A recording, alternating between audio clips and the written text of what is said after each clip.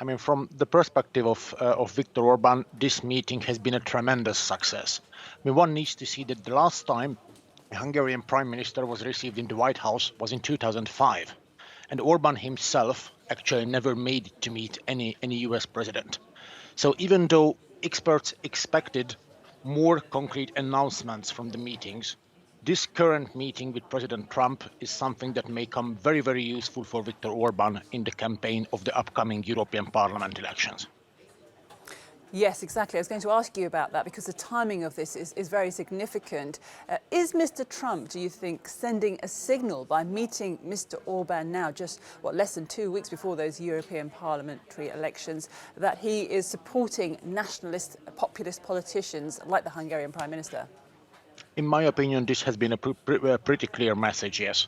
And Hungarian pro-government media is already presenting the meeting as a breakthrough, as an unprecedented success, and as a respect towards the politics of Mr. Orban coming from the US president. This is something very, very handy for Orban just 2 weeks before the EP elections.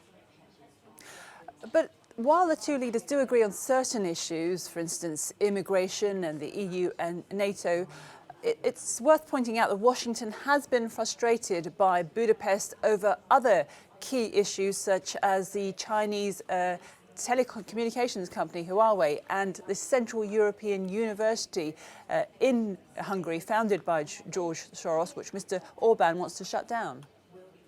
Indeed. One needs to see that such a meeting, I mean, this present meeting with its length of approximately 45 minutes, it was mostly a protocol event. I mean, for a real meeting, you need usually like 2 hours or even more. And though both leaders emphasize the common points they agree upon, there are still a number of questions, like the ones you mentioned, on which there are evident disagreements. Besides the ones you mentioned, one needs to point out Russia's influence in Hungary, Hungary's need to diversify its gas supplies, the major Russian nuclear power plant in Hungary, and most recently, Russia's controversial International Investment Bank just relocating its headquarters from Moscow to Budapest. So there are a lot of controversial issues that were not mentioned in the public part of the meeting. However, they are indeed on the US-Hungarian bilateral agenda.